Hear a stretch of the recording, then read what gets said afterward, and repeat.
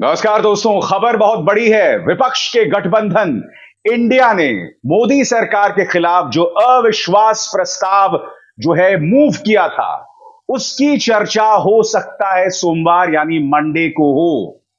विपक्ष का जो अविश्वास प्रस्ताव है वो स्वीकार हो गया है। अब लोकसभा में इस पे लंबी चौड़ी बहस होगी, मगर विपक्ष की इस चाल, इस पैतरे, इस मास्टर स्ट्रोक में बीजेपी बुरी तरह से फंस गई है। क्यों? याद कीजिए दोस्तों, मणिपुर पर प्रधानमंत्री नरेंद्र मोदी सदन के अंदर जवाब देने को तैयार नहीं थे। विपक्ष चाहता था बहस हो 267 में, मगर बीजेपी सरकार उसके लिए तैयार नहीं थी। अमित शाह लगातार सदन में कह रहे थे कि बहस होगी तो 167 के अंतर्गत होगी, मगर अब अविश्वास प्रस्ताव आ रहा है दोस्तों, यानी कि सभी मुद्दों पर प्रधानमंत्री नरेंद्र मोदी को बोलना पड़ेगा। वो याद है आपको, बचपन में हम लोग कौन सा गाना गाते थे? पोषम पा भाई पोषम पा, अब तो लोकसभा में आना पड़ेगा, विपक्ष के सवालों का जवाब देना पड़ेगा, मणिपुर और महिला सुरक्षा पर बोलना पड़ेगा। मगर बोलेंगे क्या? याद है आपको, पिछली बार जब अडानी पर राहुल गांधी ने सदन में अपनी बात रखी थी, तब अडानी का जिक्र तक नहीं किया था। जब सदन में खड़े होकर प्रधानमंत्री अपनी छाती ठोक रहे थे और कह रहे थे एक अकेला सब पर भारी, मगर सवालों का जवाब देने से बच गए पूरी तरह से। इस बार भी उस इतिहास को दोहराया जाएगा, क्योंकि आज प्रधानमंत्री नरेंद्र मोदी को देश ने देखा और प्रधानमंत्री हवन करेंगे, हवन करेंगे, हवन करेंगे। जी हां, प्रधानमंत्री नरेंद्र मोदी अपनी पालतू मीडिया के जरिए इस तस्वीर को जो है टेलीकास्ट करवा रहे थे। मुद्दों पर मत आइए, मगर हां, देश की जनता को बताइए कि मैं हवन करता हूं। मणिपुर पर मत बोलिए, महिला सुरक्षा पर मत बोलिए, पहलवानों के साथ जो ज्यादती हो रही है उस पर खामोश रहिए, मगर हवन करेंगे, हवन करेंगे, हवन करेंगे। अरे भाई, आप मुद्दों से ऐसे नहीं बच सकते।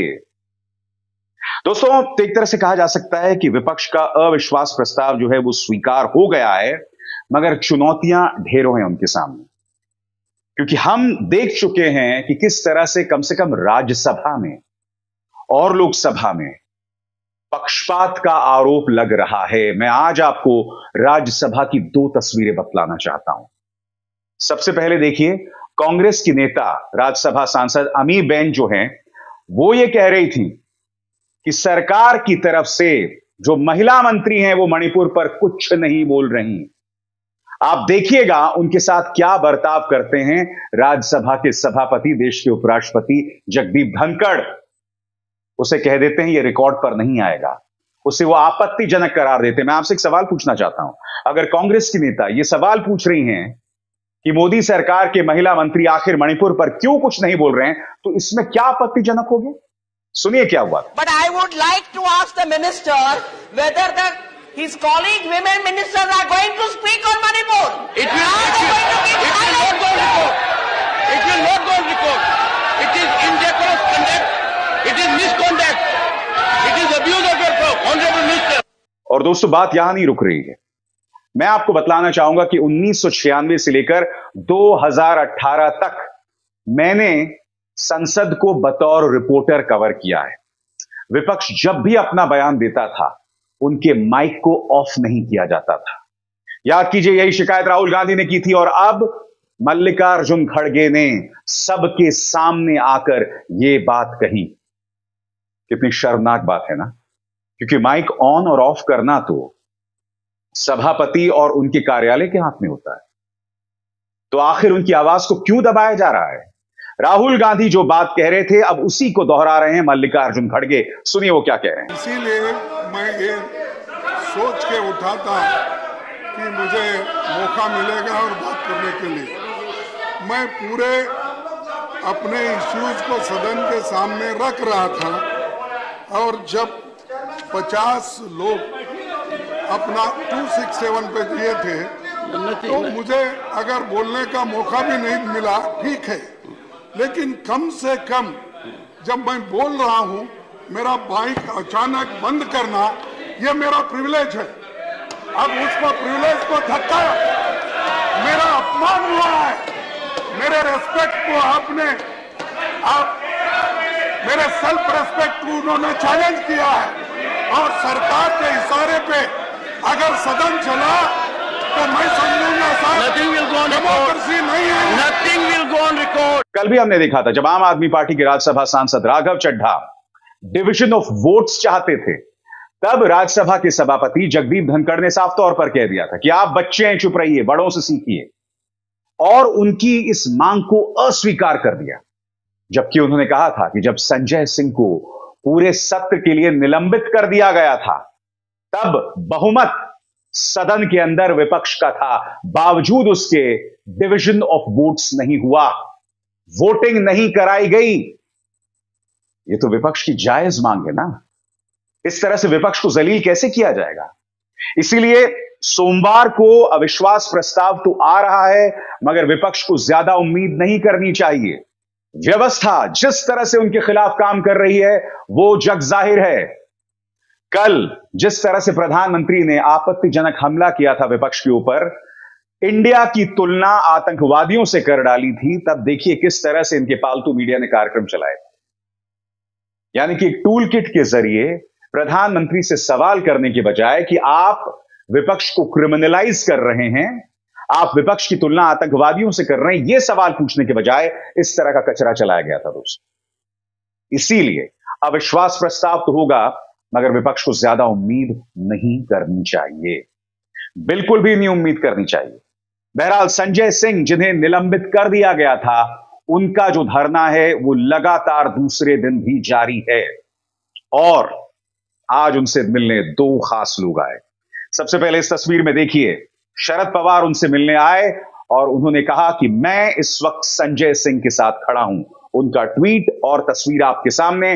Today joined other opposition leaders to support AAP MP Sanjay Singh and protest against his suspension. यही नहीं, सुप्रिया सुले भी आई हैं, उनकी बेटी।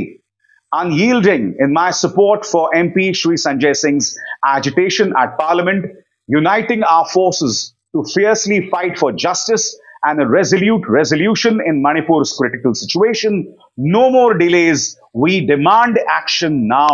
Together, we'll secure a peaceful and strong future for our nation. यहां पर सुप्रिया सुले कह रही हैं कि मैं संजय सिंह के साथ हूं, उनके इस विरोध प्रदर्शन के साथ हूं। हम लोग एक पुख्ता लड़ाई लड़ेंगे, मणिपुर में हालात बेहतर हों उसके लिए लड़ाई लड़ेंगे, और विलंब बर्दाश्त नहीं किया जाएगा। हम मांग कर रहे हैं कि त्वरित कार्रवाई की जाए। पर सुप्रिया सुले और शरद पवार आज दिखाई दिए अपनी ताकत संजय सिंह के साथ जोड़ने। मगर इत्तेफाक देखिए दोस्तों, एक तरफ यहां पर सुप्रिया सुले और शरद पवार जो हैं वो संजय सिंह के साथ दिखाई दे रहे हैं, मगर दूसरी तरफ मीडिया बहुत ही शॉकिंग खबरें कर रहा है।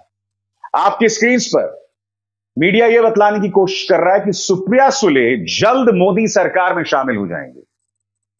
देखिए, दो चीजें, या तो वाकई एनसीपी इस कदर बेशर्म है कि एक तरफ तो विपक्ष का साथ दे रही है और फिर पलटकर वो मोदी सरकार में शामिल हो जाए, या फिर ये मीडिया हाउस जो ये खबर दिखा रही है उसके पीछे एक किस्म की शैतानी है, उसके पीछे एक टूल किट है। जी हां, टूल किट, जो कि बीजेपी का पसंदीदा शब्द है, क्योंकि ये दो चीजें तो नहीं हो सकती हैं। एक तरफ सुप्रिया सुले और शरद पवार संजय सिंह के साथ अपनी ताकत दिखा रहे हैं, दूसरी तरफ मीडिया ये खबर चला रहा है कि सुप्रिया सुले जो हैं वो मोदी सरकार में बतौर मंत्री शामिल होने वाली हैं, और इसको लेकर पूरी कोशिशें की जा रही हैं। दोस्तों, जैसे मैंने बताया ना, बाकायदा मीडिया जो है वो एक टूल किट के हिसाब से काम कर रहा है। मीडिया का मकसद साफ है, विपक्ष को बदनाम करो, अगर सदन में बहस भी हो तो उसको लेकर भी विपक्ष को बदनाम करो। क्योंकि देखिए, सोमवार को जब बहस शुरू होगी या मंगलवार को जब भी बहस होती है, तो एक व्यक्ति नदारद होगा, गायब होगा, राहुल गांधी। क्योंकि एक मामले में उन्हें 2 साल की सजा मिल गई है, उनकी सांसदी चली गई है, उनका घर उनसे छीन लिया गया है। जाहिर सी बात है, यहां पर बीजेपी सरकार पूरी तरह से कामयाब हो गई, क्योंकि अब राहुल गांधी सदन के अंदर मोदी सरकार को घेरने में नाकाम होंगे, क्योंकि वो सदन के अंदर जब भी बोलते हैं पूरी मोदी सरकार हिल जाती है। मगर अब वो लोग सभा में सरकार को नहीं घेरने वाले हैं। क्या उनकी गैर मौजूदगी विपक्ष की ताकत को कम करेगा? मैं आप लोगों की राय जानना चाहता हूं। कमेंट सेक्शन में बताइए कि राहुल गांधी जब अविश्वास प्रस्ताव लाया जाएगा तो उस मुद्दे पर नहीं बोलने वाले हैं, और वो इसलिए नहीं बोलने वाले हैं क्योंकि उनकी सांसदी चली गई है।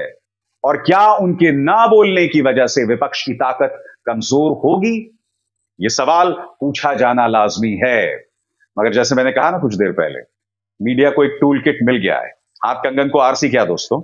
दरअसल 2018 में प्रधानमंत्री ने विपक्ष पर तंज कसा था कि 2023 में आप लोग अविश्वास प्रस्ताव ला सकते हो।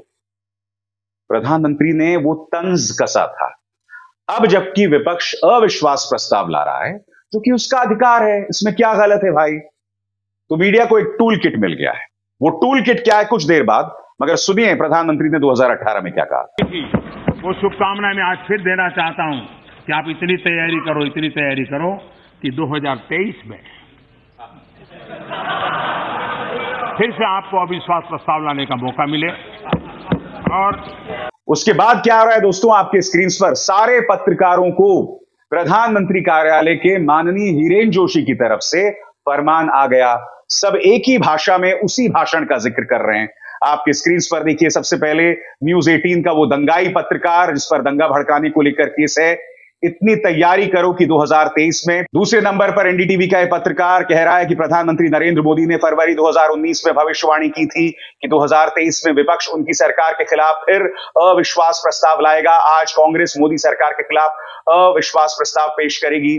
फिर एक और है, ये भी न्यूज 18 से है। PM Modi made a prediction nearly 5 years back about the opposition bringing no confidence motion in the parliament. Old video.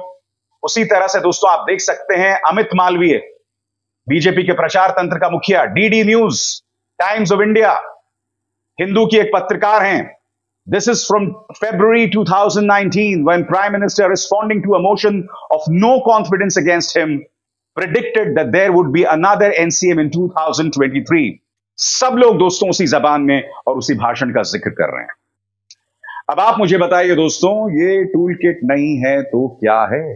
अविश्वास प्रस्ताव लाना विपक्ष का अधिकार है, संवैधानिक अधिकार है, खासकर तब जब प्रधानमंत्री अहम मुद्दों पर खामोश रहते हैं। मैं आपसे एक सवाल पूछना चाहता हूं, किस मुद्दे पर प्रधानमंत्री ने अपनी जुबान खोली बताइए?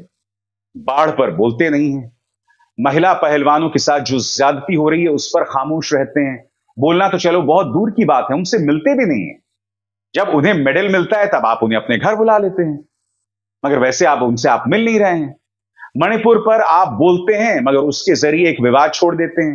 क्यों? क्योंकि तब आपको एक बीजेपी कार्यकर्ता की तरह बोलना होता है। तब आप उसी में राजस्थान, छत्तीसगढ़, बंगाल को भी घेर लेते हैं और अपने पार्टी को और अपने तमाम पालतू पत्रकारों को काम दे देते हैं कि भैया आपको इस तरह से काम करना है, ये टूल किट है, इस हिसाब से नाचो। और जैसे ही प्रधानमंत्री बोलते हैं, पूरा जो पालतू मीडिया उस हिसाब से नाचने गाने लगता है। मैं फिर दोहराना चाहूंगा, मणिपुर पर बोलने का प्रधानमंत्री के पास एक स्वर्णिम मौका था जब वो देश की जनता को एक स्टेट्समैन की तरह संबोधित कर सकते थे। मगर प्रधानमंत्री ने क्या किया? प्रधानमंत्री ने सिर्फ एक भारतीय जनता पार्टी के नेता के तौर पर देश को संबोधित किया, जो नहीं करना चाहिए था, मगर किया। यह प्रधानमंत्री का अंदाजे बयां हो गया है। जब वो बोलते हैं तो आधी अधूरी बात करते हैं, जब वो बोलते हैं तो उनका हर वाक्य राजनीति से प्रेरित होता है, जब वो बोलते हैं तो उनका टारगेट ऑडियंस उनके नफरती अंधभक्त होते हैं। कौन सा भाषण, उनके किस बयान ने मुद्दे के मर्म को संबोधित किया है बताइए? एक भी भाषण बता दीजिए उनका। चलिए मैं ही आपको एक मिसाल देता हूं, चीन को लेकर बताइए। 21 सैनिक शहीद हो गए। वो व्यक्ति जो 2014 से पहले यह कहता था कि चीन को लाल आंख दिखानी चाहिए, उन 21 सैनिकों की शहादत के बाद भी मुंह से चीन शब्द नहीं निकालता। अडानी को लेकर इतनी आलोचना हुई, इतना कुछ कहा गया, मगर मजाल है प्रधानमंत्री के मुंह से अडानी शब्द निकल जाए। चीन और अडानी को लेकर इस कदर खौफ? यह सवाल तो पूछा जाना चाहिए ना। चलिए चीन और अडानी आपकी कमजोर नब्ज हो सकती है, मगर मणिपुर? मैं तो नहीं बोला हूं, जब मणिपुर में चुनाव हुए थे, जब आप सत्ता में नहीं थे, जब कांग्रेस सत्ता में थी वहां, या विपक्ष सत्ता में थी, तब प्रधानमंत्री कह रहे थे कि यह चुनाव मणिपुर के भविष्य के लिए चुनाव है। पूरा देश देख रहा है कि मणिपुर का क्या भविष्य है। नरसंहार की तरफ ढकेला जा रहा है। वहां पर औरतों को नंगा परेड कराया जा रहा है, और जब विपक्ष इसको लेकर सवाल करता है तो संसद में या तो उनको चुप करा दिया जाता है या फिर अपने पालतू मीडिया के जरिए उनके खिलाफ इस तरह से जहर उगला जाता है। मगर हम सवाल पूछेंगे, चाहे आप कुछ भी करें, चाहे ट्रोल मशीनरी को लगा दें, क्योंकि सवाल तो पूछा जाएगा, जवाब मांगा जाएगा। नमस्कार। स्वतंत्र और आजाद पत्रकारिता का समर्थन कीजिए, सच में मेरा साथी बनिए। बहुत आसान है दोस्तों, इस ज्वाइन बटन को दबाइए और आपके सामने आएंगे ये 3 विकल्प, इनमें से एक चुनिए और सच के इस सफर में मेरा साथी बनिए।